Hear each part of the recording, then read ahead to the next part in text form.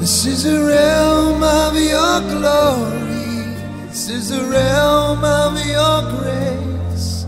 I can feel your mighty power. It is moving in this place. Bienvenue à l'écoute du ministère, La Voix de la Puissance Divine, Église, Parole de Foi. La fondation La Voix de la Puissance Divine, Ngawala Ministries, FVPDNM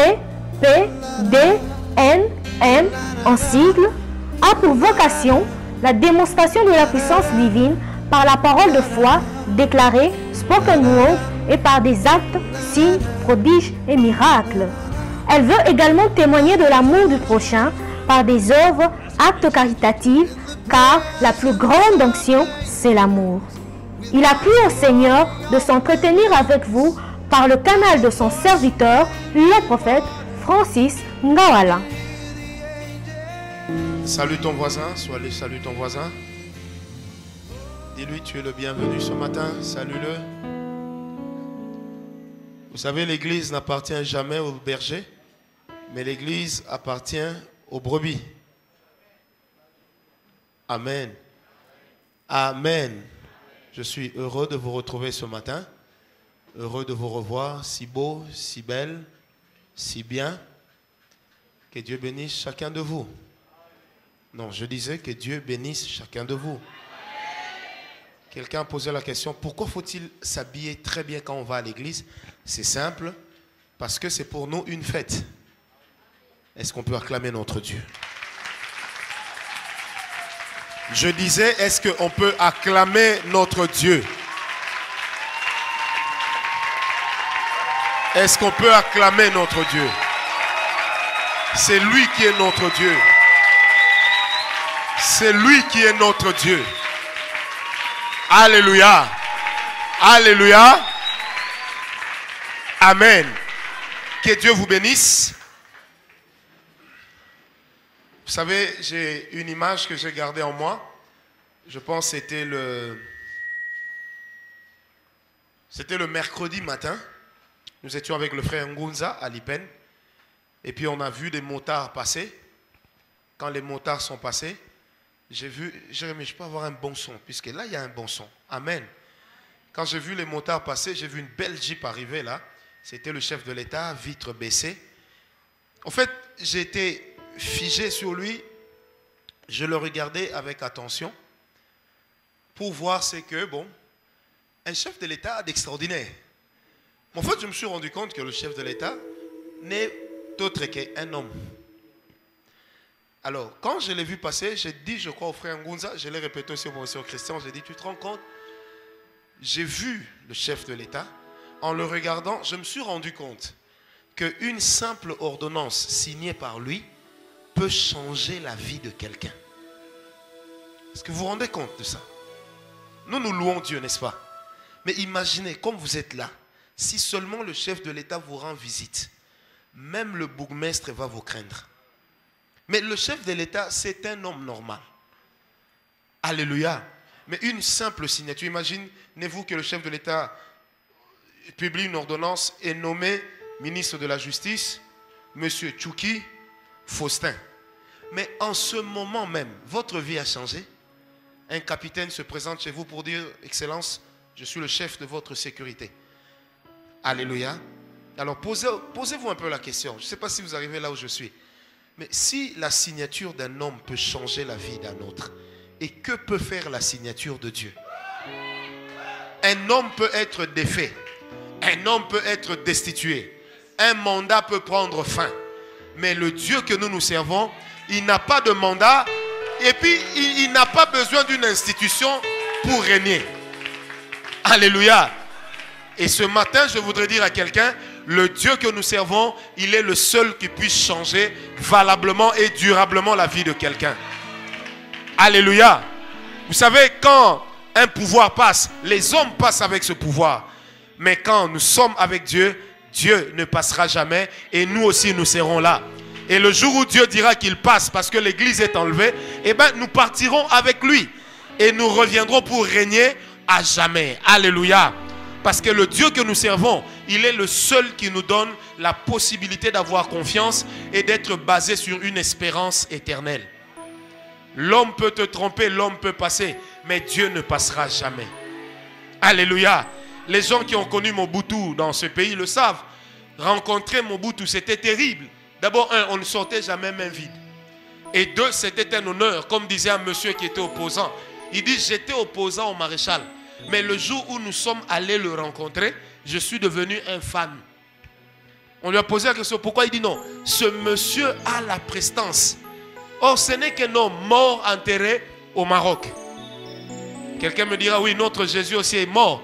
Mais l'avantage avec notre Jésus, c'est que quand il est mort, il a été enterré dans un sépulcre d'emprunt. Ce qui fait qu'il ne pouvait pas le garder pendant longtemps. Parce que son sépulcre portait le nom de la famille de quelqu'un d'autre. Est-ce que vous êtes avec moi? Et ce Jésus est ressuscité, il vit à jamais. C'est pourquoi je voudrais dire à quelqu'un ce matin, notre espérance n'est pas vaine.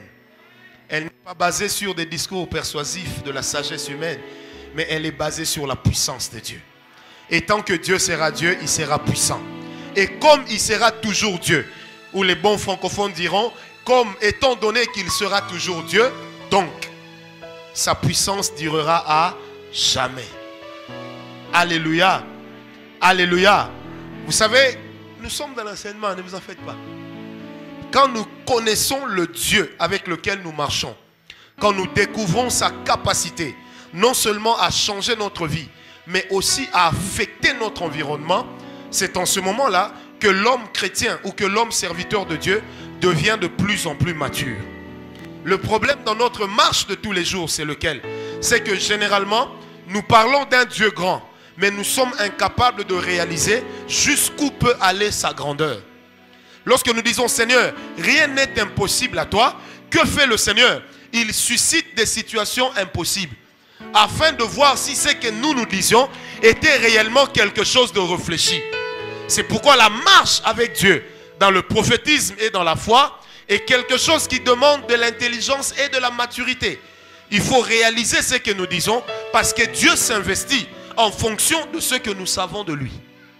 Est-ce que quelqu'un est avec moi? C'est pourquoi Moïse, quand l'Éternel lui a dit va délivrer mon peuple d'Israël, va dire à Pharaon de le libérer, Moïse a dit à Dieu, mais Seigneur, ils ne me croiront pas. Alors Dieu a compris. Moïse avait la révélation de la force de l'Égypte. Il avait la révélation de l'armée égyptienne. Il avait la révélation de l'onction entre guillemets des devins. Mais Moïse n'avait pas encore la révélation du grand Dieu. Alléluia. Et qu'a fait le Seigneur? Il lui a dit, va. Premièrement, il lui dit, jette la verge. La verge se transforme en serpent. L'Éternel lui dit, tiens le serpent par la queue. Qui était l'endroit où la queue qui est l'endroit le plus dangereux. Pourquoi? Parce que quand tu touches un animal à la queue, il a toujours tendance à faire quoi? À se défendre. Or, vous savez que le venin du serpent vient en réalité de sa queue. Quand un serpent veut cracher son venin, il le tire de sa queue. Et quand Dieu disait à Moïse, touche le serpent à la queue, Dieu voulait dire à Moïse, touche le serpent à l'endroit le plus dangereux. Et tu sauras si moi, Dieu, je ne suis pas capable de te protéger. Mais remarquez, un homme qui a peur, qui exécute quand même, est un homme qui avait quand même un peu confiance. Alléluia. Dis à ton voisin, on ne peut jamais réussir avec Dieu tant qu'on ne sait pas courir des risques. Non, dis-lui bien. Je suis venu dire à un homme intelligent ce matin que si dans ta vie tu calcules tout, tu finiras par mourir mathématicien. Il est de ces choses que nous faisons avec Dieu. Parce que nous marchons avec Dieu, eh bien, nous ne calculons pas. Parce que nous croyons que le Dieu que nous servons, il est le Dieu qui rend toute impossibilité possible. Alléluia. C'est ça la marche dans la foi. Quelqu'un dit comment marcher dans la foi? Eh bien, je réponds à cet homme ce matin. C'est marcher comme si on ne savait pas où aller, mais on sait avec qui on va. Alléluia. Parce que la marche dans la foi exige de la part de l'homme de la confiance. Et je voudrais dire ce matin à quelqu'un, une confiance aveugle. Alléluia. Alléluia. Ça fait quelque temps, nous avions introduit deux thèmes, deux petits sous-thèmes sur le grand thème vivre les promesses de Dieu. Nous étions en train de parler sur la déclaration de foi. Et dans la déclaration de foi, je récapitule, nous avions dit ceci, la déclaration de foi n'était pas basée sur un ainsi par l'Éternel. La déclaration de foi n'était pas non plus basée sur une révélation particulière de ce que Dieu peut faire, mais elle était basée de ce que Dieu veut faire, pardon, mais elle était basée essentiellement sur la connaissance et la révélation que nous avions du réel et du véritable potentiel de Dieu. Amen. C'est-à-dire l'homme qui déclarait sa foi était un homme qui disait publiquement, publiquement veut dire en présence des hommes ou même en présence des esprits, c'était un homme qui disait publiquement de quoi est-ce que son Dieu était capable, ou alors il déclarait ce en quoi il croyait. Alléluia. Et il n'est pas possible d'avancer avec Dieu tant qu'on ne suscite pas des témoins capables d'entendre ce à quoi nous croyons. Est-ce que quelqu'un est avec moi? Je répète, c'est impossible de réaliser des exploits avec Dieu tant qu'on ne suscite pas aussi à côté de nous des témoins qui sont capables d'entendre les choses que nous déclarons ou qui sont capables d'entendre jusqu'où peut aller notre foi. C'est pourquoi la Bible dit, étant environné d'une si grande nuée de témoins. Il est de ces témoins que Dieu suscite, mais il est aussi de ces témoins qui naturellement existent. Tel que le diable, quand vous priez, même si vous le chassez, il restera quand même là, mais il perdra le moyen de vous faire du mal. Donc c'est quand même un témoin. Les hommes qui vous entourent constituent déjà des témoins qui sont capables d'entendre ce que vous déclarez, mais aussi de le répéter. Alléluia. Et un homme qui marche selon la foi est un homme qui aime les témoins.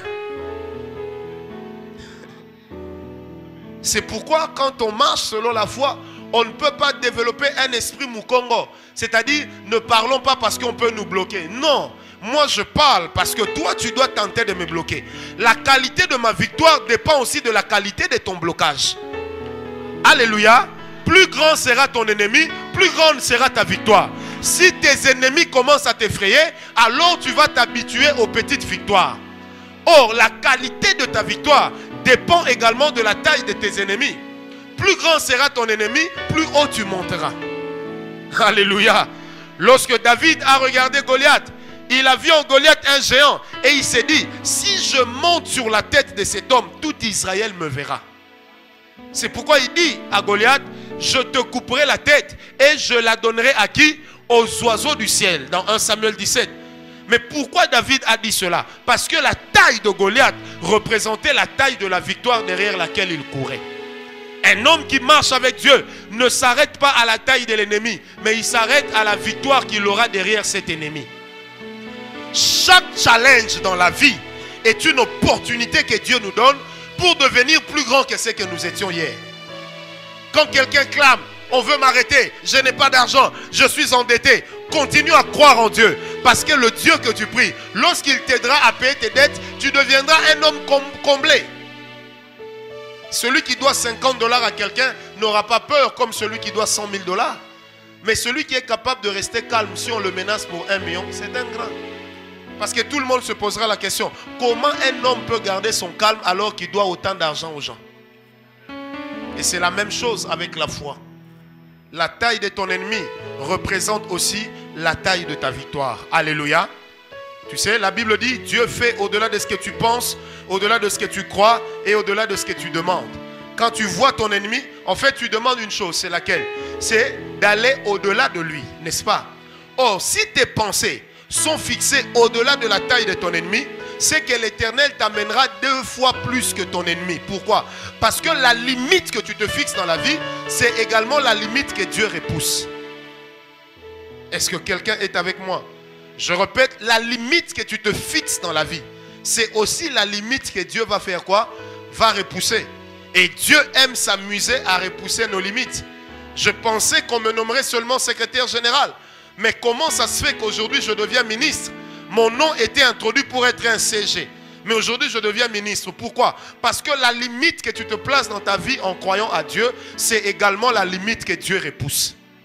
L'église aujourd'hui n'a pas un problème des gens de conversion, mais l'église a un problème des hommes de foi. Les hommes qui croient sont devenus une denrée rare. C'est comme ça que quand quelqu'un a la foi, Dieu s'assure qu'il ait une longévité.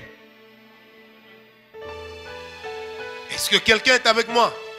Quand quelqu'un a la foi, Dieu s'assure que cette personne ait une longévité. Pourquoi? Parce que Dieu aime la foi. Et Dieu aime les gens qui croient. Alléluia. Je voudrais dire à l'église ce matin, ne soyons pas de ceux qui donnent du repos à Dieu. Parce que celui qui donne du repos à Dieu pêche. La Bible dit Dieu ne se repose pas. Parce qu'il est en train de travailler à ce que l'église soit préparée. Mais si toi tu donnes à ton Dieu du repos, c'est un problème. Or, la manivelle qui peut permettre à Dieu d'être toujours en action, c'est la foi. Et quand est-ce que la foi s'expérimente? À chaque fois qu'il y a un obstacle devant toi. Dis à ton voisin, les obstacles sont des opportunités. Dis-le-lui bien, les obstacles sont des opportunités. La nature de l'obstacle dépend tout simplement de ce que nos yeux voient. La nature d'un obstacle dépend de ce que les yeux voient. Alléluia. Quand un homme se dit, je ne peux pas aller au-delà, ou je ne peux pas faire cela, c'est bien. C'est un homme intelligent. Mais quand une personne dit, tout est contre moi pour que je n'avance pas, mais je crois que j'avancerai, ça c'est un homme de foi. Frère, le fait que tout soit contre toi ne veut pas dire que Dieu aussi est contre toi. Parce que Dieu n'a jamais vécu dans le tout. Et la voix de Dieu n'a jamais été majoritaire. Parce que Dieu n'est jamais allé au vote. La voix de Dieu a toujours été suprême. Donc ça veut dire que Dieu n'a pas besoin de détails. Dieu s'impose dans ta situation. Et la chose qui va pousser Dieu à s'imposer s'appelle la foi. Frère, il est possible de vivre un miracle, mais il est difficile de croire. Parce que l'homme qui croit, c'est un homme qui repousse les limites de sa vie. Et quand est-ce qu'il faut croire? Lorsque tu sais qu'il faut croire. La foi est un langage qui se parle lui-même, qui s'explique lui-même, qui se dit de lui-même. Alléluia. Mais je voudrais dire à quelqu'un, la foi va te faire Dieu, va te rendre Dieu pour la situation devant laquelle tu l'exerces. Exode 7, verset 1. Quelqu'un peut lire pour nous? La Bible dit, moi l'Éternel, je ferai de toi Pharaon, Elohim pour... Je ferai de toi Moïse, pardon. Elohim pour Pharaon. Alléluia. Dieu dit ceci à Moïse. Dans ce qui concerne Pharaon, moi Dieu, je n'interviendrai plus. Mais les ordonnances seront signées de ta bouche. Alléluia. En fait, Dieu voulait dire à Moïse, tu as déjà eu assez de preuves de la puissance que j'ai mise en toi. Donc tu peux maintenant posséder la vie de Pharaon. C'est pourquoi vous allez remarquer, devant la mer Rouge, l'Éternel n'a pas dit à Moïse, prie. Moïse ne s'est pas non plus agenouillé. Il a levé les mains vers l'Éternel. Il a rendu grâce à Dieu et il est retourné dans le principe de la création. Quel était le principe de la création? La Bible dit, pour créer le ciel, dans Exode 1, dans Genèse 1, pardon, pour créer le ciel, l'Éternel fit une étendue entre le ciel et la terre. Or, cette étendue, il la fit en réalité entre les abîmes et les eaux. Or, quand Moïse était devant les eaux, il s'est souvenu que les abîmes se trouvaient en dessous des eaux. Moïse a regardé vers le ciel afin que le ciel absorbe sa partie de création. Et la Bible dit, l'eau s'est divisée en deux. Israël a traversé à pied sec. Et en traversant à pied sec, Israël a refait l'histoire de la création. Pourquoi? Parce qu'en traversant à pied sec, Israël a marché sur les abîmes. Et c'est quoi les abîmes? C'est la profondeur de l'eau, là où on trouve de la terre. Et pour que l'eau se divise, la Bible ne dit pas que l'eau en bas se glaça. Mais la Bible dit, l'eau se divisa. Il y eut une muraille d'eau à droite, une muraille d'eau à gauche. Israël traversa les abîmes. Pourquoi? Afin que se réalise ce que Dieu avait dit à Abraham. Dans Genèse 13, l'Éternel dit ceci à Abraham, je ferai de toi une grande nation. On ne pourra même pas compter le nombre de tes enfants. Et j'aime bien, l'Éternel utilise toujours une métaphore. Il dit, je rendrai tes enfants aussi nombreux que les étoiles du... Mais le ciel a été tiré d'où? De l'abîme. Et quand Israël marche sur l'abîme, Israël retourne sur la promesse. Et c'est pourquoi Moïse dit directement à Israël, l'Égyptien que vous voyez, vous ne le verrez plus. Alléluia. Or, dans Genèse 13, Dieu avait dit ceci à Abraham, Tu seras père d'une multitude. Mais la nation sur laquelle tu régneras, ou tes enfants, ils seront amenés en captivité pendant 400 ans dans une nation qui n'est pas la leur. Mais après ça, je les ramènerai sur ces terres. Or, quand Dieu ramène Israël sur ces terres, il fallait que se réalise la promesse, mais il fallait que la promesse puisse s'ancrer, non pas seulement dans le cœur, mais dans la nature, et que la nature soit témoin de ce que Dieu faisait. Est-ce que quelqu'un est avec moi? C'est pourquoi Dieu dira à Israël, au beau milieu, tu élèveras une stèle en l'honneur de l'Éternel. Et que signifiait la stèle? Ça signifiait le témoignage que Dieu a fait. Même si l'eau passait par là après, mais les abîmes se souvenaient que ici, le ciel et la terre se sont à nouveau divisés. Est-ce que quelqu'un est avec moi? Et ce matin, je voudrais dire à quelqu'un, tout abîme dans la vie que tu rencontres est une opportunité que Dieu te donne pour te réconcilier avec ton origine. Où se cache la parole que Dieu t'a donnée? Elle se cache en dessous de là où tu es debout. Mais pourquoi tu ne la vois pas? Parce que tu as tendance à regarder devant. Dieu n'est ni en haut, ni en bas, ni derrière, ni à côté. Mais Dieu est en toi. Et c'est Dieu là en toi qui te donne la possibilité et la force et le poids d'être bien planté là où tu es assis. Alléluia. C'est pourquoi à chaque fois que j'avance avec Dieu, étant un homme de foi, je suis en train de marcher et de marquer de mon empreinte tout territoire que je piétine.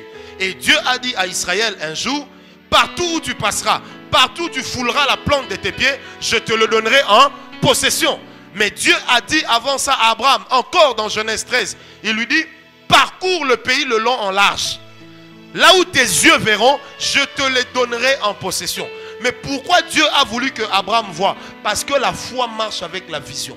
Ta capacité d'imaginer, ta capacité d'imager, c'est cela qui va faire que Dieu agira.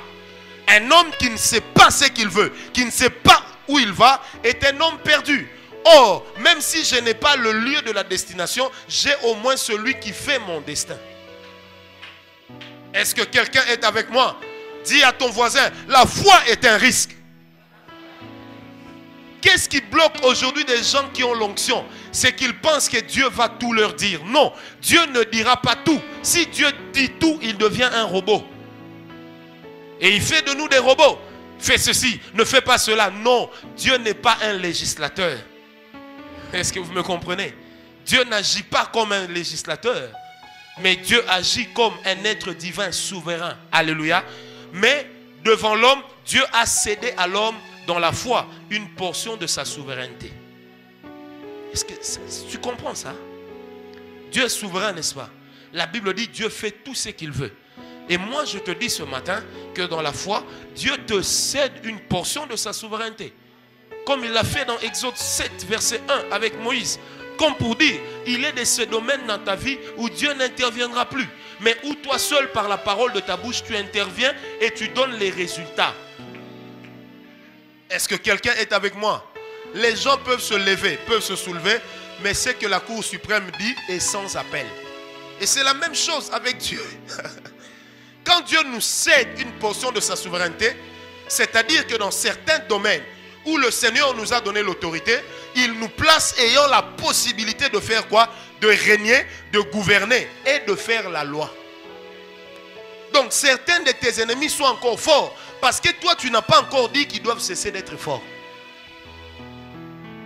Non, donne-moi un amen bien.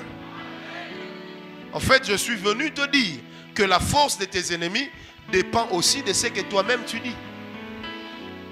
Vraiment, je n'arrive pas à m'en sortir. Cette situation est trop difficile. Parce que tu l'as dit, elle le sera encore davantage. Mais si tu dis, cette situation est trop difficile, mais le Dieu que je sers me donnera la victoire et je marcherai sur cette situation, je l'écraserai. Frère, en ce moment-là, tu es un homme de foi. Ta foi doit te pousser à défier tes limites. Dis un peu à ton voisin, tu dois défier tes limites. Alléluia. Ta limite dépend des exploits que tu as réalisés hier. Tout ce que tu as vu avec Dieu depuis le temps jusqu'à hier, c'était ça une limite. Et aujourd'hui tu dois te dire, je vais repousser mes limites pour que Dieu fasse avec moi au-delà de ce qu'il a déjà fait. En fait, un homme qui a la foi est un explorateur des exploits. Pourquoi? Parce qu'il va d'exploit en exploit. Il va de gloire en gloire. Frère, je voudrais dire à quelqu'un, je sens que je dois le dire, la foi marche aussi avec le caractère. Dans le domaine de la foi, il faut une certaine intransigeance. Je répète, dans le domaine de la foi, il faut une certaine intransigeance. Je donne un exemple. J'étais aux États-Unis, une dame m'a appelé.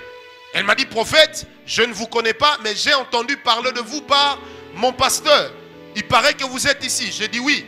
Il me dit, est-ce que vous viendrez à Houston? J'ai dit, c'est à plus de 6 heures de vol.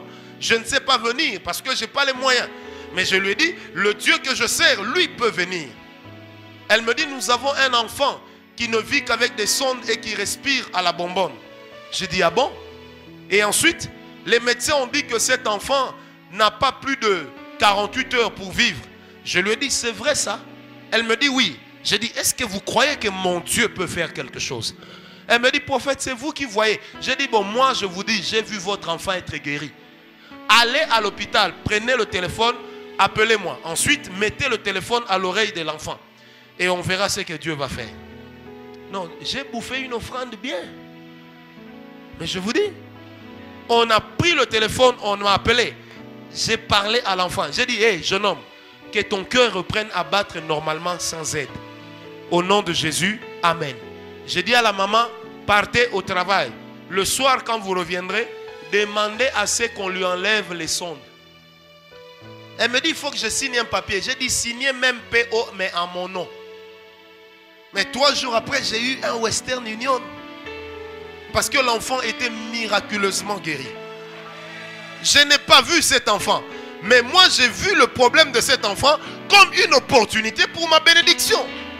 Et je me suis dit, si Dieu veut me bénir, il ne peut me bénir que devant les obstacles qui s'imposent devant moi. Alléluia. Oh frère, je voudrais dire à quelqu'un que ton défi doit devenir ton ami. Parce que c'est cela qui va te permettre d'aller loin avec Dieu. Et tu ne peux jamais atteindre les buts avec Dieu tant que tu n'as pas de défis. La qualité de tes défis va prouver la qualité de ta victoire. C'est pourquoi ta victoire ne doit pas dépendre de ce que les hommes disent, mais ça dépend de ce que toi-même tu vois. Frère, un homme qui a la foi, il s'impose comme incontournable dans sa situation. Vous savez, Dieu ne nous bénit pas en fonction de nos diplômes. Mais Dieu nous bénit en fonction de ce que nous croyons. Toi, tu crois à quoi? Dieu peut t'amener jusqu'où? La foi exige le caractère. Parce que la foi exigera à un certain niveau beaucoup de discipline. Vous savez, l'intransigeance, c'est terrible. Dire aux gens, moi j'ai décidé, on ne fera pas ceci. Et si ça doit capoter, eh bien, j'emporte la responsabilité. Mais sans dire à Dieu, Seigneur, tu vois, j'ai pris. Non, tu le dis et tu passes à autre chose. Pourquoi? Parce que tu crois dans ton cœur que ta foi t'établit comme Dieu devant cette situation. Est-ce qu'il y a des dieux ce matin? Non, je disais, est-ce qu'il y a des dieux ce matin? Moi, je crois que Dieu est en train de nous faire Dieu pour cette situation.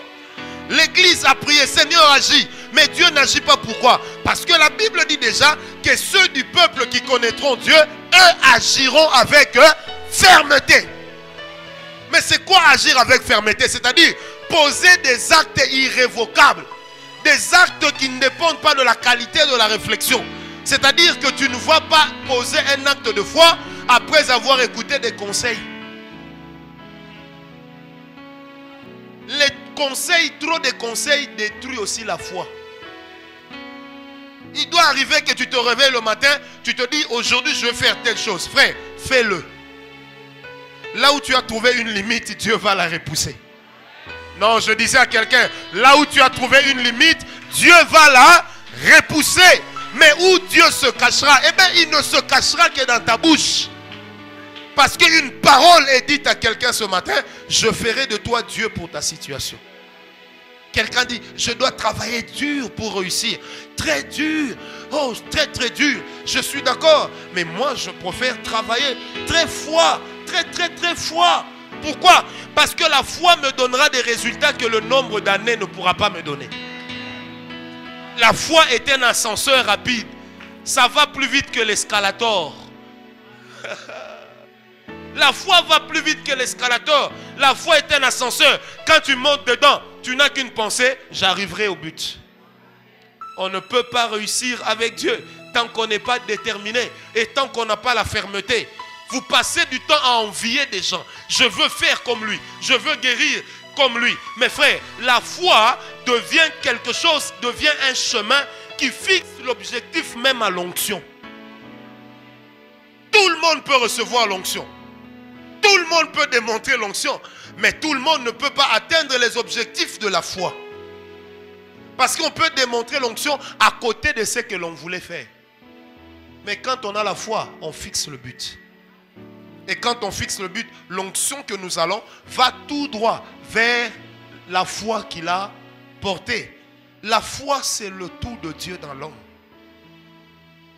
Est-ce que vous savez qu'un homme qui n'a pas la foi, en fait, il a une onction qui ne lui servira à rien. Il a l'onction des lépreux. C'est-à-dire, c'est une onction qui le rend juste sans tache devant Dieu. C'est l'onction des sanctifiés. Mais ce n'est pas l'onction des héros. Jésus n'était pas que saint. Jésus s'asseyait aussi avec les grands. Et il partageait le butin avec les puissants. Mais il allait adorer Dieu avec les saints. Or, Dieu n'est pas que dans l'adoration. Dieu se trouve aussi dans le partage du butin. La qualité des gens avec lesquels tu t'assieds dépend de ta foi. Qu'est-ce que ta foi te dit? Frère, je voudrais dire à quelqu'un: arrête de te minimiser. Arrête de croire que tu ne vaux rien. Tu vaux beaucoup. Mais c'est toi-même qui as dit que tu ne valais rien. Voilà pourquoi tu ne vaux rien. Mais ce matin, ta foi doit te dire que tu vaux beaucoup. Ah, quelqu'un dit: je parle mal français. Et alors, est-ce que le français a déjà enrichi quelqu'un? Hein? Mais non, enfin. Alléluia. Mais la foi, non seulement qu'elle peut nous enrichir, mais elle va nous permettre de nous établir dans l'équilibre de la richesse. Alléluia. Frère, j'ai toujours été convaincu qu'un gars comme moi, je deviendrai milliardaire. Bim bam. Je me réveille un beau matin et puis je rencontre un enfant en route à New York. Je prie pour lui, son père a des milliards. Dieu le convainc, on partage la richesse en deux. Je n'aurais fourni qu'un seul effort pour réussir. Croire. Non, frère, j'ai tout fait dans la vie. Il me reste seulement un effort à fournir. C'est lequel? Croire. Le seul effort que tu as fourni, tu crois que tu as l'onction, et bien tu crois que Dieu peut toucher les gens par toi, que Dieu peut guérir. Qu'est-ce qui te bloque? Crois. Pourquoi certaines personnes, quand ils veulent prier pour les autres, ils tremblent d'abord? Pourquoi? Parce que leur chair entre en conflit avec leur esprit. Là, l'esprit lui dit tu peux. La chair lui dit tu ne peux pas. Alors qu'est-ce qui se passe? Il commence à trembler. Pourquoi? Parce que la chair et l'esprit sont en train de se battre. Mes frères, un homme qui a la foi va dire: ah, j'y vais. Alléluia. Frère, vas-y. Si ça ne marche pas, ça ne fait rien. Demain encore, vas-y.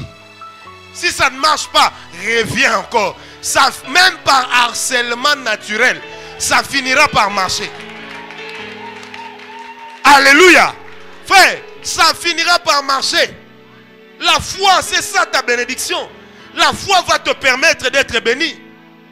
J'ai rencontré ici, j'ai raconté l'histoire d'un pasteur qui arrive aux États-Unis. Il avait une vieille église foutue qu'il construisait sans jamais achever. Il se présente aux États-Unis. On lui montre un enfant. On dit: si on débranche cet enfant, il meurt. Le pasteur dit: d'accord. Moi, je vais prier pour l'enfant. On va le débrancher. S'il meurt, arrêtez-moi. Frère, on débranche l'enfant. 30 minutes, normal. 45 minutes, 1 heure. Le médecin dit: oui, bon, la médecine aussi a ses miracles. Hein? 1 jour, 2 jours, 3 jours, 1 semaine, 2 semaines, l'enfant reprend à jouer au foot. Le pasteur retourne dans son pays. Avant de retourner, un monsieur chétif vient le voir. Vous savez, c'est chez nous que les riches ont un gros ventre. Un monsieur chétif vient le voir. Il dit, vous êtes le pasteur tel? Le pasteur lui répond, oui. Ah, vous aviez prié pour mon neveu. Dieu l'a guéri. Il dit, oh, gloire au Seigneur. On a l'habitude des guérisons. Il dit, ok, qu'est-ce que je peux faire pour vous? Alors lui est inspiré. Il lui dit, je construis une église. Je cherche juste un peu d'argent. L'homme lui dit, est-ce que je peux avoir les plans de votre église? Il dit, bien entendu. On lui remet les photocopies. Le pasteur rentre au Nigeria. Quelques temps après, on l'appelle pour dire, voilà, demain vous serez au bureau. Oui, il y a un groupe d'ingénieurs qui veulent prendre rendez-vous avec vous. Il voit un bus débarquer avec des ingénieurs, des gars de l'ambassade des États-Unis. On vient le voir. On lui dit, bon, écoutez, nous avons été mandatés par Bill Gates pour vous aider à construire l'église. Parce que l'homme que vous aviez reçu, c'est l'homme le plus riche du monde.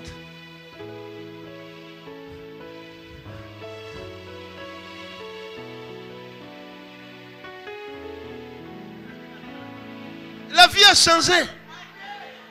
Qu'est-ce qui a changé sa vie? La foi. Alléluia. Qu'est-ce qui a changé sa vie? Mais remarquez, la foi a changé sa vie, mais en ayant un objectif. En ayant une vision. Quand tu n'as pas de vision dans la vie, tu ne sauras pas dans quoi tu vas investir la foi. Et si tu n'as pas de vision dans la vie, tout ce dans quoi tu vas investir ta foi, eh bien, sera une foi, mais une foi avec eux. C'est-à-dire, il faut bouillir pour manger. En bon lingala, on dirait foi d'Yangombe. Alléluia. Alléluia. C'est pourquoi j'insiste, tu dois avoir une vision dans la vie. Et c'est ta foi qui va diriger ta vision, ou qui va diriger l'onction vers ta vision. Et Dieu va s'assurer que tout ce que tu veux et tout ce en quoi tu crois t'arrive. Parce que Dieu lui-même sait que l'homme qui croit, c'est un homme rare. Alléluia. Moi, je crois de tout mon cœur que bientôt Dieu va nous bénir. Mais bientôt là, c'est pas là dans 2 semaines ou 1 an. Non, moi je crois qu'aujourd'hui même Dieu peut nous bénir. Pourquoi? Parce que je le crois. Et s'il ne me bénit pas, eh bien, je croirai encore qu'il me bénira. Parce qu'un homme qui a la foi, à chaque fois qu'il a exercé la foi sans avoir de résultats, ça s'est emmagasiné. Si je crois que Dieu peut me donner 1000 aujourd'hui, je n'ai pas eu. Demain, je croirai que Dieu peut me donner 1000, je n'ai pas eu. Ça fait 2000 en réserve. Dieu donne toujours une réponse à la foi. Et imaginez que Dieu me donne après 70 jours, fois 1000, combien? 70 000. Et alors je pourrais dire aux hommes, j'ai prié Dieu, j'ai cru qu'il me donnerait 1000, voici il m'a donné 70 000. Mais qu'est-ce qui a fait que Dieu me donne les 70 000? C'était d'abord la sémence de la foi. La foi est une sémence. Une offrande que tu donnes sans foi ne sert à rien. Tu peux amener des millions ici, mais si tu n'as pas la foi que ton offrande est une sémence qui va pousser devant la présence de Dieu, ça ne sert à rien. Nous ne sommes pas là pour les dîmes et les offrandes, mais nous sommes là d'abord pour démontrer que notre Dieu est sans limite. Dis un peu à ton voisin, donne-moi une opportunité pour croire. Dis-lui, dis-lui. Ah, dis-lui bien, donne-moi une opportunité pour croire. Eh, non, dis bien à ton voisin, donne-moi une opportunité pour croire. Dis-lui. Vous savez, quand je pense à ces choses, ça m'énerve bien. Alléluia. Alléluia. Frère, il faut que Dieu... Vous savez, dans le monde de Dieu, tout n'est que foi. Et ce sont ceux qui ont la foi qui sont les champions. Ceux qui connaissent beaucoup, il y en a. Même les pharisiens savent beaucoup. Mais ils ont dit à Jésus, toi tu guéris quelqu'un un jour de sabbat. Ça c'est la connaissance. Mais Jésus leur dit, qui d'entre vous, ayant sa brebis tombant dans un puits, le laissera là parce que c'est le jour du sabbat? Ensuite il ajoute, lequel est le plus aisé? Est-ce de dire, lève-toi et marche, ou de dire, tes péchés te sont pardonnés? En fait Jésus voulait leur dire, quoi que vous dites, j'ai déjà fait. Donc vos réflexions ne changeront rien. Ça n'affectera pas les résultats. On a posé la question à l'aveugle, qui t'a guéri? Écoutez, l'aveugle ne connaissait pas Jésus. Puisque l'aveugle n'est pas allé vers Jésus. On dit, mais comment est-ce que tu as été guéri? Qui t'a guéri? Écoutez ce que l'aveugle dit. Il dit, 1. Et vous et moi, nous savons que j'étais aveugle. Donc, on ne peut pas changer le fait que j'étais aveugle. Il dit, vous connaissez qui m'a guéri. Mais moi, je ne le connais pas. J'ai seulement entendu une voix. Alléluia. Et puis, il dit, s'il est Dieu, je ne sais pas. S'il est Messie, je ne sais pas. C'est vous qui savez. En fait, l'aveugle voulait leur dire, c'est que je suis devenu. N'est-il pas une preuve suffisante pour croire que cet homme-là peut être Dieu? Ensuite, il leur dira, mais moi et vous, tout ce que nous savons, c'est que maintenant où je vous parle, on se regarde. Et on se voit. Oh, la Bible dit que les résultats tranchent les palabres. Acclamez un peu Jésus.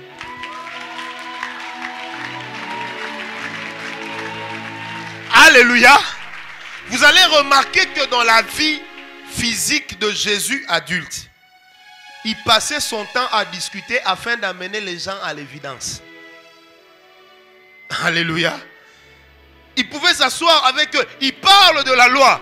Mais Jésus n'avait pas besoin de commenter la loi. Jésus, en parlant de la loi, un moment leur dit ce que la loi ne dit pas. Ou même ce que la loi juive interdisait.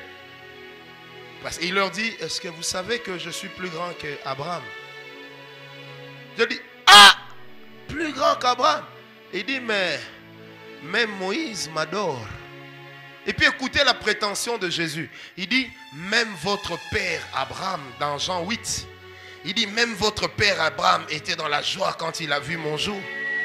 La Bible dit, c'était la goutte d'eau qui a fait déborder le vase. On a cherché à le tuer.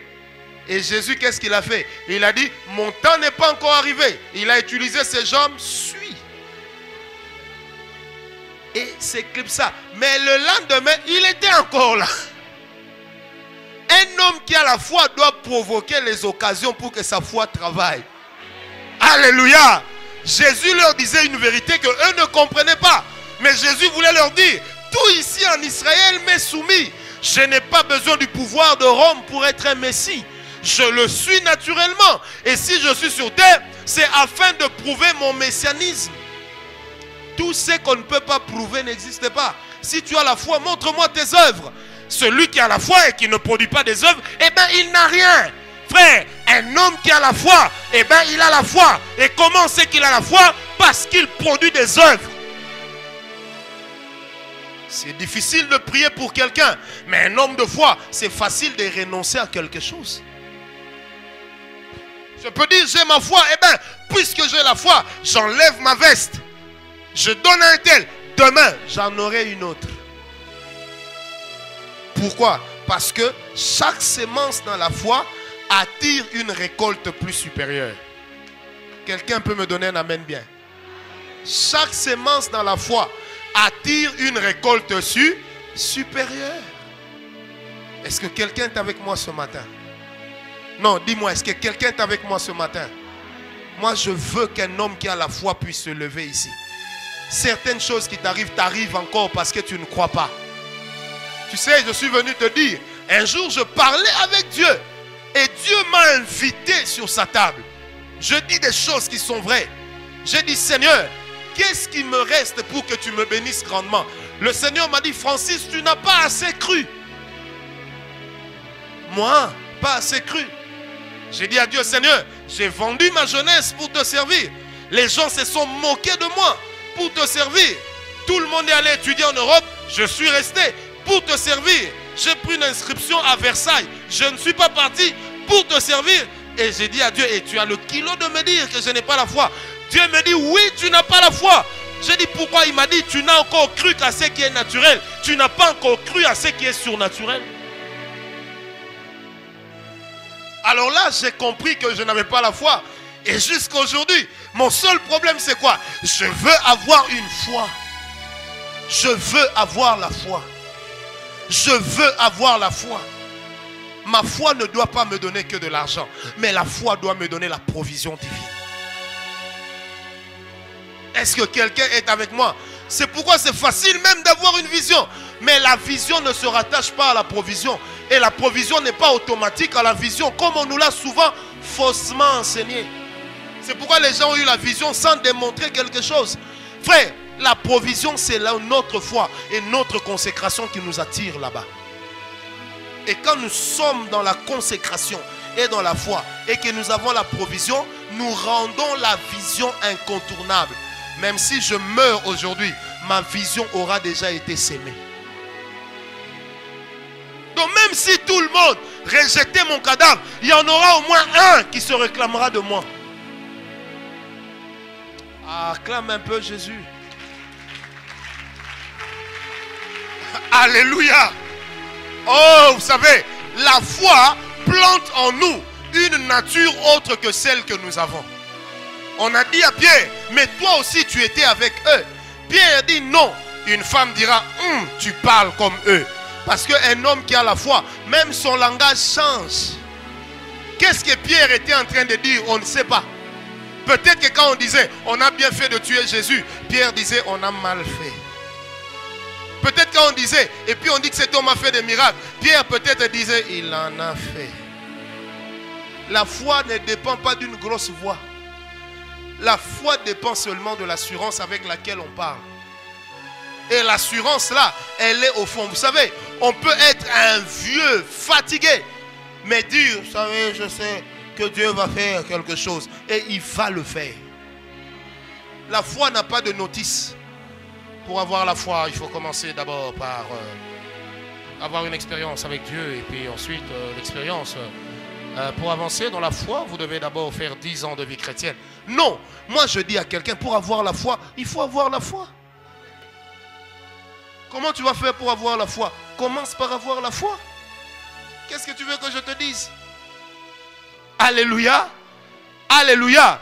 Moi je suis convaincu. Vous savez que ce n'était pas mon message d'aujourd'hui. Je devais parler sur le prophétisme. Et puis bon, on est là dans la foi.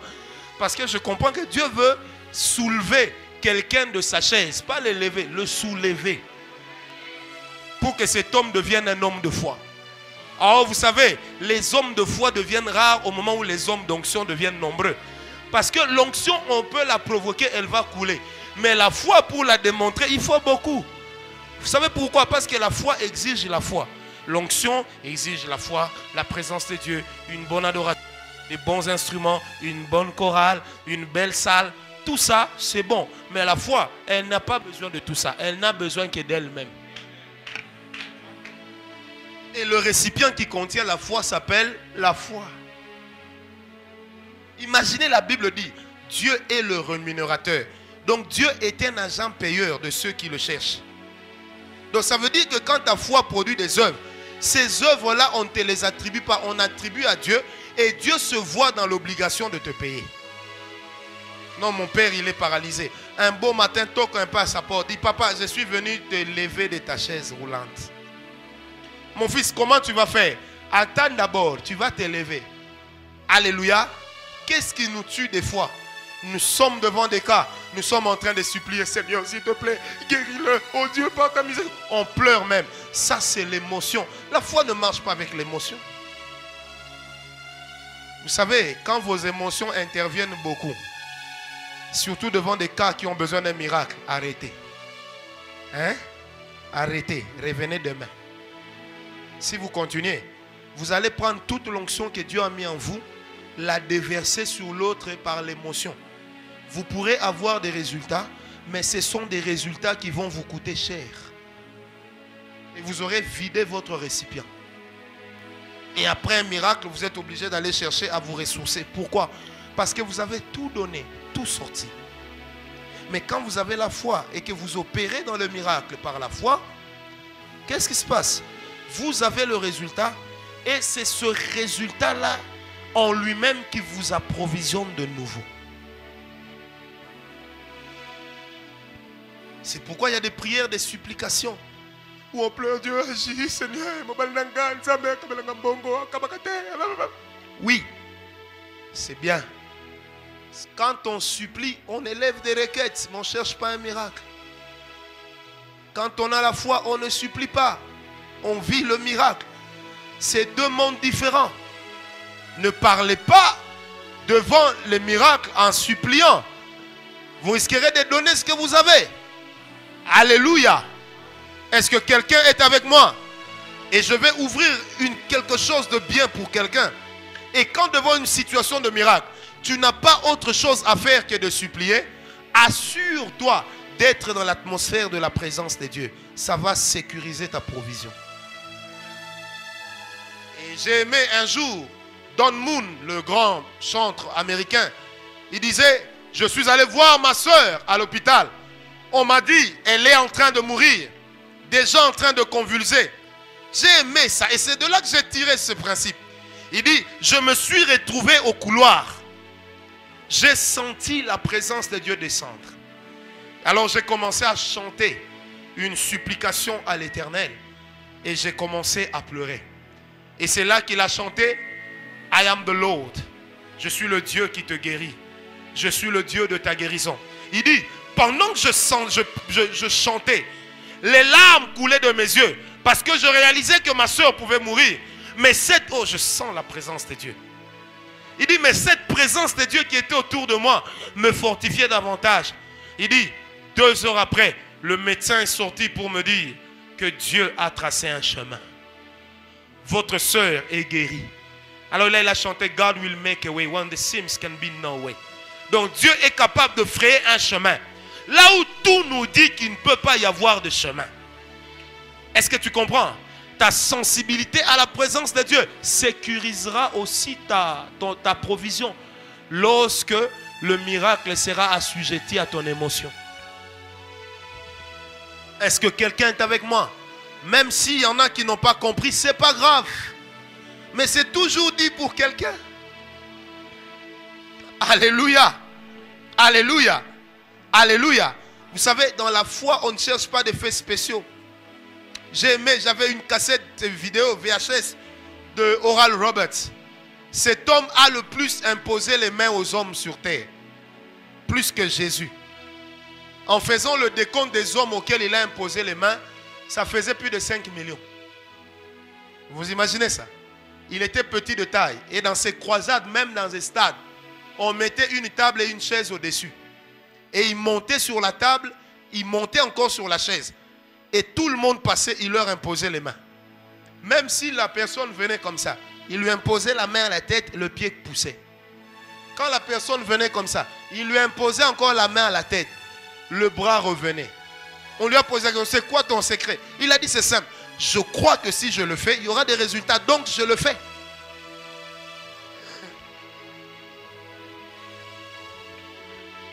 Il ne dit pas, Dieu m'a dit de le faire. Non.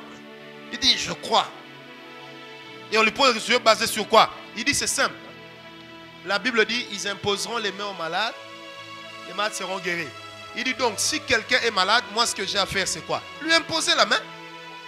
Et il dit, quand j'impose la main à quelqu'un, j'en appelle à cette parole-là. Dieu est toujours lié par sa parole. C'est pourquoi la Bible dit, Dieu dit une parole. Frère, viens un peu. Regardez comment Dieu agit avec sa parole. Viens vers moi.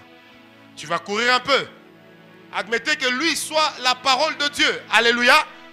Dieu dit, va toucher Dougui. La parole va. Et Dieu court derrière sa parole pour s'assurer qu'elle atteigne l'objectif. C'est ce que la Bible dit. Donc Dieu donne sa parole. Il court lui-même derrière cela. Imaginez Dieu en Carl Lewis. Quelle force aura sa parole? Quelqu'un me dira, oui, mais dans Daniel, l'ange de Perse avait bloqué la parole. Oui, mais c'est normal. Elle était venue par un ange. Or, la Bible dit, Dieu, après avoir parlé par les prophètes, par les anges, et de plusieurs autres manières, mais dans les temps dans lesquels nous sommes, Dieu nous parle aujourd'hui par le Fils, qui est l'empreinte de sa gloire et le reflet de sa personne. Je n'ai pas besoin d'un Gabriel aujourd'hui. Parce que quand Dieu sort sa parole, le Fils est dedans. Qui peut toucher le Fils? Ah, laissez. Et si la parole de Dieu sort, Si je sais qu'elle atteindra son but, je sais que Dieu court derrière cette parole. Qu'est-ce que moi j'ai à faire? Je crois. C'est pourquoi il y a des gens, pour faire leur déclaration de foi, ils ont des versets soulignés. Il est devant un cas de stérilité, il dit, Seigneur, il est écrit que chez moi, on ne trouvera pas de femmes malades, ni de femmes stériles, et encore moins de femmes qui avortent. Frère, pourquoi? Parce que c'est écrit. Or, quand tu évoques ce qui est écrit, tu mets Dieu en mouvement. Alléluia. La Bible dit dans le psaume 103, verset 20. On y reviendra encore dimanche prochain. Bénissez l'Éternel, vous ses armées, qui accomplissez la voix de sa parole. J'ai aimé une version qui disait, bénissez l'Éternel, vous ses anges, qui accomplissez la voix de ses recommandations. Est-ce que la parole de Dieu a une voix? Lève un peu ta Bible. Qu'est-ce qu'elle te dit? N'est-ce pas qu'elle est silencieuse? Mais les versets que tu es capable d'évoquer par la foi et avec la foi, ce sont ces versets-là derrière lesquels Dieu va courir. Pourvu que toi-même tu y crois. C'est pourquoi tu dois avoir aussi une vie avec ta Bible. Qu'est-ce qui est écrit pour ta situation? Qu'est-ce qui est écrit? Vous savez, il arrive que même nous, le diable vient nous dire, regarde, tu as péché, Dieu ne va pas t'exaucer. Le diable aime ça. Quand moi j'entends ça, j'ouvre ma Bible, je dis, diable, il est écrit dans Romains 8, verset 1. Maintenant que je suis en Christ, il n'y a plus aucune condamnation pour moi, car la loi du péché et de la mort a été anéantie. Quand je dis ça au diable, Dieu court derrière cette parole, le diable n'a plus de place. On te dit non, tu ne t'enrichiras pas. Parce que toi, tu dis oui, il est écrit dans la parole de Dieu, Éphésiens 1, 3, que je suis béni de toutes sortes de bénédictions dans le lieu céleste en Christ Jésus. On dit oui, mais ta bénédiction est dans le ciel. Tu ajoutes également ceci. Il est écrit dans la parole de Dieu, cherchez d'abord le royaume des cieux et le reste vous sera donné par surcroît. Seigneur, comme j'ai déjà le royaume, donc ça veut dire que tout le reste là, je peux aussi le désirer. Est-ce que quelqu'un est avec moi? On te dit non, mais tu ne peux pas être guéri, ta maladie mènera à la mort. Tu lui réponds oui, ma maladie mène à la mort, mais il est écrit dans la parole de Dieu, je suis l'Éternel qui t'a guéri, je suis le Dieu de ta guérison. Ah, laissez. Il y a un frère qui est ici qui a souffert de l'hépatite B. Là, j'étais encore célibataire, je préparais mon mariage et nous étions avec lui. J'avais une amie médecin qui est venue me voir. Elle me dit clairement ceci, je n'en ai jamais parlé au frère. Elle me dit, au stade où j'ai vu le petit, rien à faire, il va mourir. Et j'étais en train de manger, j'ai souri. Elle me dit, mais, et pourquoi? Elle dit, mais comment tu peux garder un tel calme devant cette situation? Je lui ai dit, il est écrit, 10 000 tomberont à ma droite, 1000 à ma gauche, mais ce petit-là ne sera pas atteint. C'est tout. En moins d'un mois, il était guéri. Philippe peut se lever, il est là. On n'a pas fait de prière spéciale. Est-ce qu'il est mort? Ça fait 7 ans qu'on a dit ça sur lui. En chair et en os, il n'est pas l'apparence de ce qu'il était. Non, ni le reflet de la maladie. Il est là. Est-ce que vous comprenez? La foi peut régler beaucoup de problèmes dans ta vie. La foi peut décanter des situations incontournables dans ta vie. Mais tout ce qu'il te faut, j'aimerais le dire encore, c'est croire. Dis un peu à ton voisin, moi j'ai choisi de croire. Non, dis-lui bien, je choisis de croire. Vous savez, aux sorciers, il faut beaucoup d'efforts. Au diable, il faut beaucoup d'efforts. Aux féticheurs, il faut beaucoup d'efforts. Mais à nous, Dieu demande un seul effort, c'est croire. Et Jésus disait, prenez mon joug, donnez-moi vos fardeaux. Il dit, mon joug à moi, il est léger et doux. Mais votre fardeau, il est lourd. En fait, Jésus voulait dire, vous, tout ce qui vous est demandé, c'est seulement de croire. Le seul poids que vous ressentez sur vous, c'est le poids de la foi. Et la foi marche toujours avec la persévérance. Demander à Dieu la même chose pendant longtemps n'est pas un manque de foi. Au contraire, c'est une assurance et une fermeté qui dit que j'attends. Est-ce que quelqu'un est avec moi? Quelqu'un a dit non, Dieu t'exaucera quand tu auras oublié. Frère, attention, ça c'est un faux enseignement. N'oublie pas. Sinon, comment tu vas élever une adoration à Dieu? Moi, je crois et je crois. Moi, je crois. Vous savez, moi, si je vous dis des choses auxquelles je crois, il y a des gens qui risquent de s'autoproclamer apôtres ici. Vous savez, moi, je crois, premièrement, que dans cette église, que ce soit les papas, les mamans, les jeunes, la plupart de ceux qui viennent ici ont un appel de Dieu. Deuxièmement, moi, je crois que l'onction de Dieu est tellement disponible que n'importe qui ici peut l'utiliser. Moi, je crois que dans les prochains jours qui arrivent, que là même au protocole, les gens paralytiques, les boiteux vont commencer à marcher à partir de là, afin que la salle ne soit pas un consortium de miracles, mais un consortium d'adorateurs. Moi, je crois que Dieu, quand nous venons ici, il n'a pas besoin d'opérer un miracle ici. On opère le miracle dans les parvis et dans le lieu très saint, on ne cherche pas le miracle, mais on vient adorer Dieu. Moi, je le crois, frère. Je le crois. Je crois de tout mon cœur que dans les jours qui viennent, la gloire sera tellement disponible que même ceux qui resteront à leur maison, ils entendront notre voix en train de prêcher ici. Pas parce que nous aurons des baffles plus grands, mais parce que Dieu prendra sa parole, il l'amènera jusque dans leurs oreilles. Frère, je crois de tout mon cœur que dans les temps qui viennent, nous deviendrons une adresse de la guérison divine, une adresse du sérieux avec Dieu, une adresse de la gloire de Dieu, et surtout une adresse des gens qui ont la foi. Frère, je n'ai pas besoin d'imiter un Américain, parce que Dieu n'est pas américain. Dieu est Dieu. Il est aussi mon Dieu, frère. Il faudrait qu'un Américain m'imite. Ah! Alléluia. Frère, on a trop imité les Jakes, on a trop imité les Bénines. Eux, ils vont nous imiter quand nous prions le même Dieu, frère. Ils ne sont pas le miroir de ce que Dieu peut faire. Nous aussi, nous sommes le miroir. Dieu parle quelle langue? Alléluia. J'ai aimé une chose. Vous connaissez Heidi Nabala? Il est allé prêcher en 88 aux États-Unis. J'ai le magazine à la maison.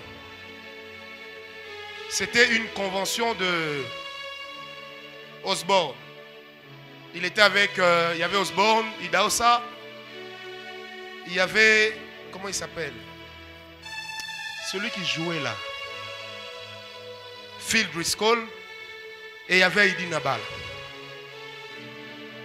Imaginez-vous. On met les prédicateurs. Et parmi les prédicateurs, on classe quelqu'un dont le but est de jouer du saxon. Donc quand on donne au prédicateur 2 heures, on lui donne aussi 2 heures pour jouer du saxon. Il faut le faire, hein. Dobino botei, quand lui il vient, il dit ouvrons nos Bibles, tel verset. Il prend son saxon, il colle au micro. Il se met à jouer, il ferme ses yeux pendant 2 heures. Et quand il a fini, tous les malades sont guéris. Quel principe? Arrêtez de nous enseigner avec principe 1, principe 2. Principe là même. Est-ce que dans ta vie ça a déjà marché? Non, pour ressusciter les morts. Comme j'ai vu hier, je crois sur Facebook, un jeune homme qui disait, venez, je vais enseigner sur la doctrine de, je sais pas, de la résurrection des morts. J'ai aimé ça. Vraiment, j'ai aimé. Mais c'est bien. Comme disait à l'époque le pasteur Kindomba, tout ça c'est bien. Combien de morts tu as ressuscité?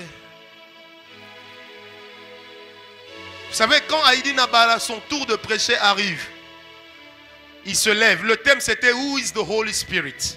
Qui est le Saint-Esprit? Osborne passe, il dit Saint-Esprit en hébreu, ça vient du mot Ruha. Ruha qui veut dire le vent, le souffle, quelque chose qui circule, il enseigne. Idaosa passe, il enseigne en tonnant. Quand Heidi Nabala passe, après son accident, il avait une jambe plus courte que l'autre. Il essaie de marcher, il n'arrive pas. Il a mal à la jambe. Il dit, amenez-moi le micro. Là où il était, on l'amène le micro. Le podium avec tout dessus. Les instruments, mais aussi les instrumentistes. Il regarde comme ça, il dit, Seigneur, est-ce que cette estrade-là ne peut pas venir vers moi?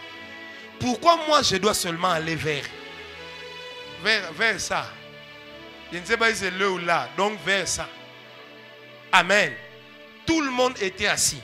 On a entendu l'estrade bouger. Frère, si c'était maintenant, les gens diront non, il y avait un réglage électronique en dessous là. Vous savez, on était aux États-Unis. Non. L'estrade se rapproche. Tous ceux qui étaient au stade ont fui l'estrade. Ils ont sauté. Ça faisait un bruit. L'estrade arrive jusqu'où là où était Heidi Nabala. Un Congolais et il parlait en Swahili. Quand il monte, parce qu'aujourd'hui des fois les gens croient que Dieu comprend mieux l'anglais. Oh my God, oh yes. Non. Oh Nzambe. Iyo. Alléluia. Hein? Frère, quand il monte, il donne dos au public. Directement, il dit, Seigneur, eux, ils prêchent bien. Ils ont étudié. Ils enseignent bien. Mais Saint-Esprit, moi je sais, tu n'es pas une théorie. Tous les 28 paralytiques que j'ai vus là-bas, que eux-mêmes se lèvent vite. Quand ils les regardent, tous sont debout. En Swahili, poké à ça, batala. C'était pas les autres. Take it, fire, take it, fire, take it, fire. Oh my God, I feel the anointing. Non. Poké à ça, una tambolisha. Frère, ils ont marché. Alléluia. Le but d'une langue, c'est de créer la compréhension. Vous avez compris, oui ou non? Ok, gloire à Dieu. Alléluia. Frère, c'est ça la foi. La foi n'a pas de notice. Vous savez, quand Osborne est venu ici, il nous a dit, j'ai commencé à apprendre le Swahili à cause d'Heidi Nabala. Parce que j'étais convaincu que Dieu exauçait le Swahili mieux que l'anglais. Oh yes, oh my God, oh yeah. Yes, give me this song, hallelujah. Oh God we touch, hallelujah. God we touch someone here. Non, Nzamba Simba Mutumokwa. En tout cas, frère, pour un beau son dans la langue française de la kate. Oui, mais non, un beau son nom moko azote les mains. Frère, un beau son nom. Frère, à Tamboli. Non, frère, Dieu aime les situations difficiles pour prouver de quoi Dieu est capable. Dis à ton voisin, Tumbambe Toanzam. Arrêtons de donner à Dieu du repos. Dieu a besoin d'un champ d'action. Et ce champ d'action, il n'y a que notre foi qui puisse le lui donner. Frère, si Dieu pourvoit aux besoins d'onction, nous pourvoyons à Dieu au terrain d'agissement ou d'action.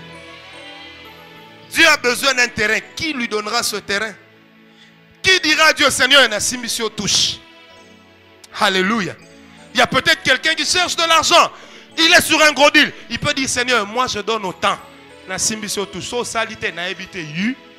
Frère, Dieu, il est écrit, il ne laisse jamais tomber à terre sa parole.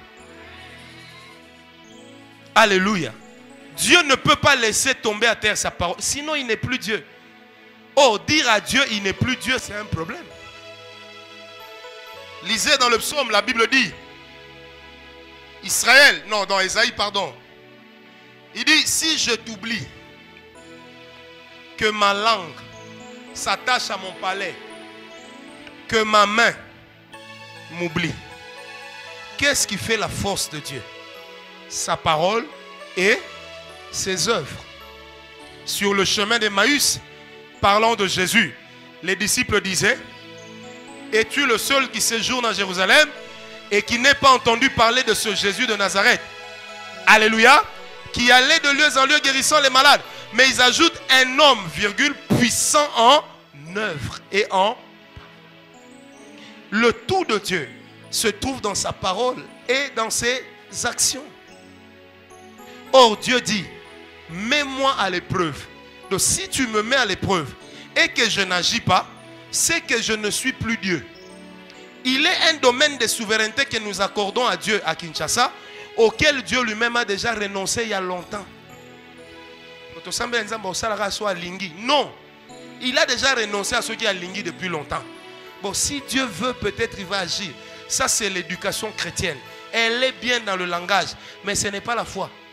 La foi dit donc j'ai prié, Dieu va agir. Tu n'es pas guéri, attention, mais la maladie, la guérison est dans ton corps. Laisse ça travailler. Demain, je reviendrai encore. Frère, tôt ou tard, ça va finir par marcher. Dis à ton voisin, ne limite pas ton Dieu. Non, dis-lui bien, ne limite pas ton Dieu.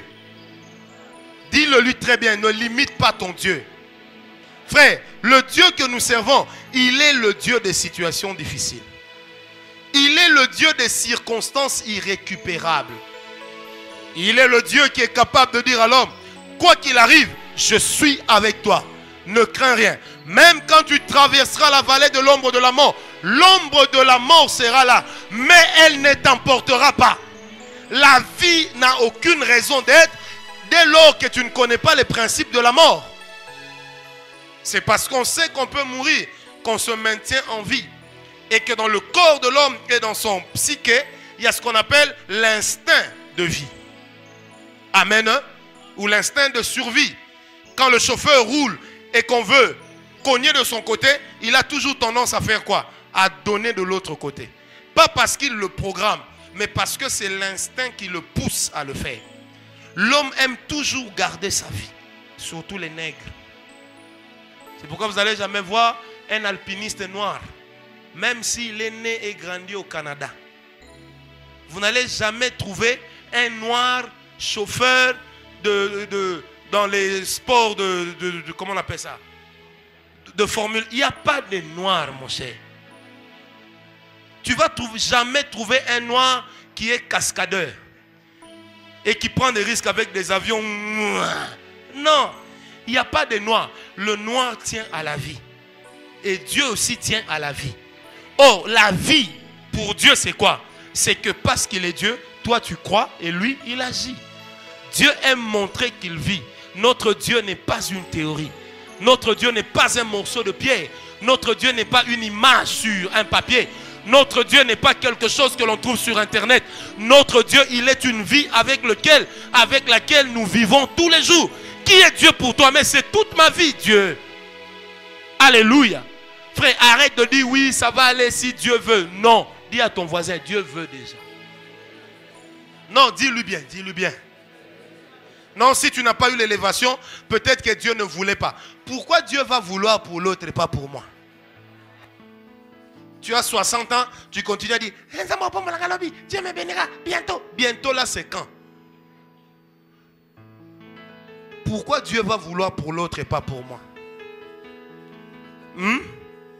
Frère, non seulement que je ne suis pas un projet abandonné, non seulement que je ne suis pas un chantier chinois sur lequel on peut travailler, et puis ça s'est rempli d'eau parce que la pluie était forte. Non. Je ne suis ni chantier chinois, ni projet abandonné, ni constitution révoquée, ni institution passée, ni ex-député spirituel. Je ne suis même pas un député honoraire et encore moins un ministre honoraire. Moi, je suis un homme de foi en exercice. J'occupe une position qui fait que personne ne peut me déboulonner. Personne ne peut m'ôter la vie. Personne ne peut me faire partir de là où je suis, sauf moi-même et Dieu. Donc dans ma vie, il n'y a que Dieu, ensuite moi qui décidons. Or, j'ai décidé que je vivrai longtemps. J'ai décidé que je vais démontrer la gloire d'une manière telle qu'on n'a pas vu sur cette terre. J'ai décidé que l'onction va tellement couler que les gens vont poser la question, est-ce Dieu ou un homme? J'ai également décidé que bientôt, dans ce continent ici africain, il y a des présidents qui vont commencer à me chercher. J'ai aussi décidé que nous allons commencer à donner nos idées au Parlement, même au niveau de l'Europe. J'ai aussi décidé que les gens vont se soumettre à la volonté de Dieu par ma bouche. J'ai aussi décidé que partout où je voyagerai, l'Éternel sera tellement avec moi que les gens se poseront la question si Jésus n'était pas un noir. J'ai aussi décidé que la paralysie ne résistera plus devant moi. J'ai aussi décidé qu'il y ait de ces requêtes que je ne lèverai plus jamais devant Dieu, tel que Seigneur donne-moi l'argent. J'ai aussi décidé qu'il n'y aura plus autour de moi des gens stériles. J'ai aussi décidé que les pauvres qui vont entreprendre à mes côtés, ils seront bénis. J'ai aussi décidé qu'à cause de la gloire de Dieu qui est dans ma vie, tout ce que tu feras marchera. J'ai aussi décidé que le Dieu que je sers sera avec toi. J'ai aussi décidé que tu réussiras et que toi tu ne termineras pas ta vie comme tel. J'ai aussi décidé que tu ne passeras pas comme un vent. J'ai aussi décidé sur toi que tu es en train de devenir quelqu'un d'incontournable. Frère, j'ai décidé sur quelqu'un que la gloire va te pousser à l'excellence. J'ai décidé sur quelqu'un que même quand tu feras peu, tu récolteras beaucoup. J'ai aussi décidé que ta vie d'adoration va être changée. J'ai aussi décidé que la gloire de Dieu dans ta vie deviendra palpable. J'ai aussi décidé que les malades sur lesquels tu vas prier seront guéris. J'ai aussi décidé que la gloire de Dieu va te couvrir. Toi, ta femme, tes enfants, les enfants de tes enfants, les enfants des enfants de tes enfants, jusqu'à ce que Christ revienne prendre l'église. J'ai aussi décidé que toi, tu deviendras une lumière et que les ténèbres ne te suivront plus. J'ai aussi décidé que la gloire, la gloire et le langage de la gloire deviendront ton partage de tous les jours. J'ai aussi décidé que le Dieu que je sais est devenu votre Dieu. Donne-moi un son du Saint-Esprit. Oh! Oh! Encore un plus long son. Oh! Alléluia! Oh! Oh!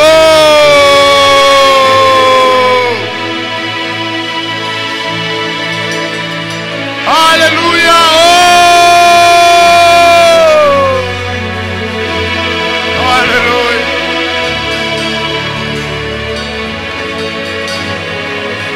Hey!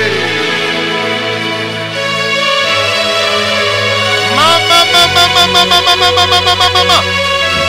Alabakama zaba. Indobo karaosa time mirobo teke.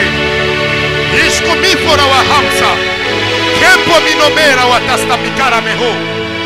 Yende virafita no sabora. Kente reke manakasaba.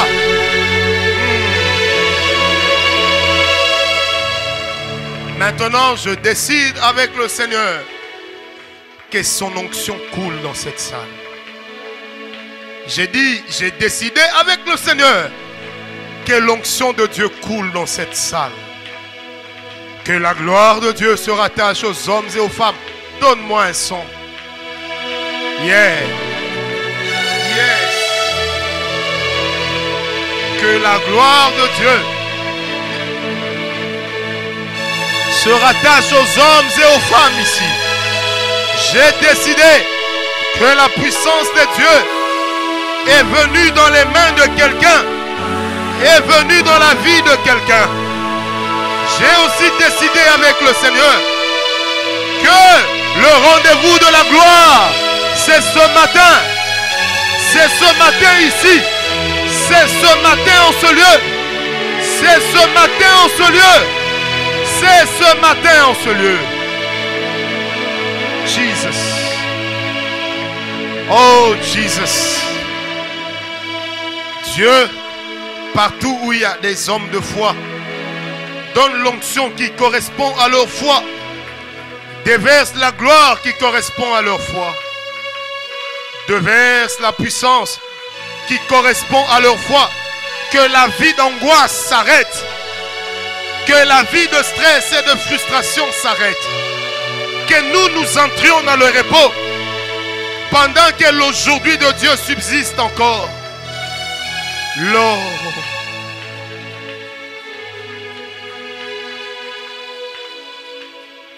Soyons tous calmes. Soyons calmes. Disons plus rien. Dieu Tout-Puissant, ce qui pendant longtemps est paru impossible à X ou à Y. Oh, je sens une telle présence de Dieu que ce matin tu rendes cela possible à lui. Je vais souffler 3 fois dans ce micro. Je suis convaincu de le faire, donc je le fais.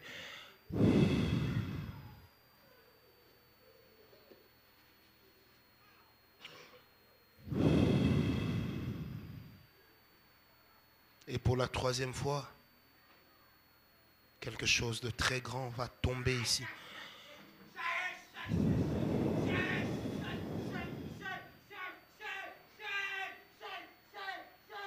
Dieu est en action et je vais voir cette action-là.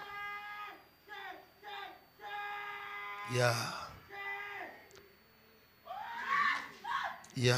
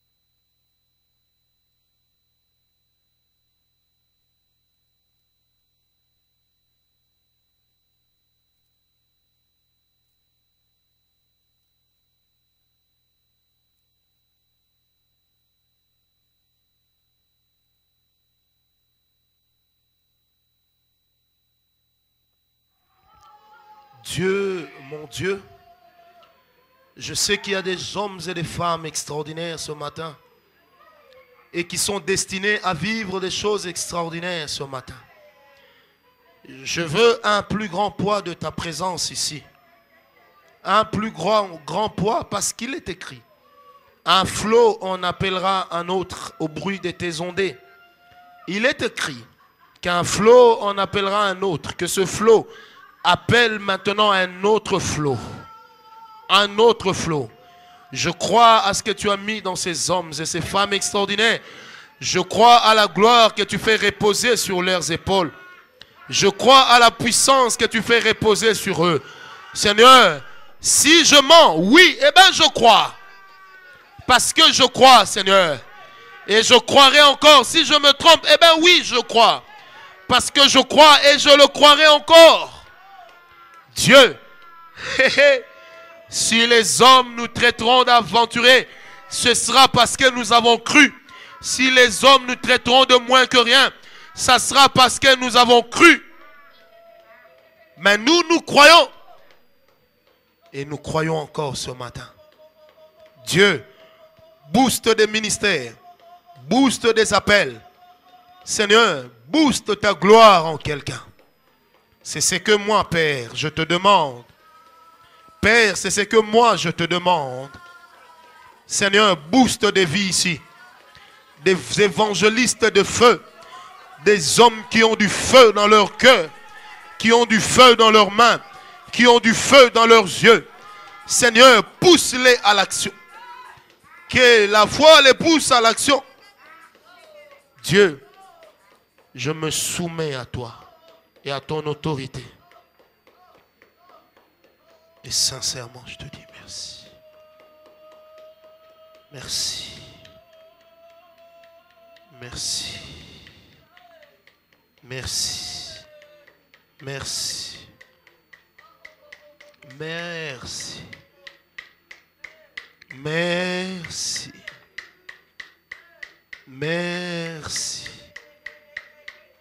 Sincèrement, je te dis merci. Sincèrement, je te dis merci. Car nous naviguons dans le surnaturel afin de produire des œuvres et des résultats extraordinaires. Dieu, ça c'est un avant-goût de la veillée. Parce que là, tu nous enseigneras un mystère costaud, un mystère compliqué, mais un mystère que nous comprendrons. Et quelqu'un qui est malade, eh bien qu'il soit guéri de lui-même. Quelqu'un qui est malade, j'ai dit qu'il soit guéri là où il est. Quelqu'un qui a un défaut, eh bien que son défaut disparaisse là où il se trouve. Quelqu'un qui a un problème, que son problème s'arrête maintenant. Maintenant. Restons comme ça avec Dieu. Restons dans cette présence de Dieu. Bénissons sa présence. C'est ça le langage de la foi.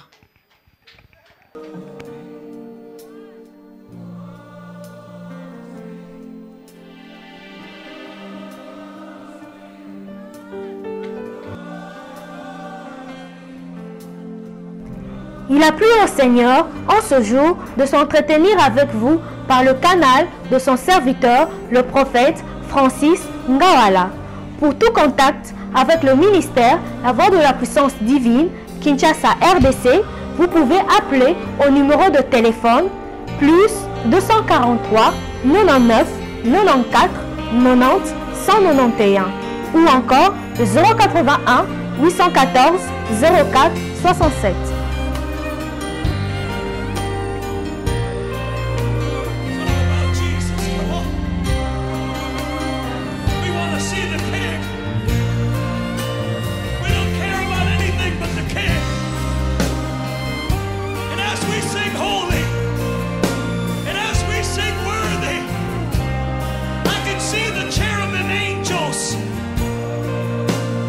And they're ushering in the throne. Every time we sing worthy, and every time we sing holy, we're like the 24 elders around the throne. And the angels are bringing the throne of God into the room. Because the people don't want to see a man. And we don't care about a name. All we want is Jesus.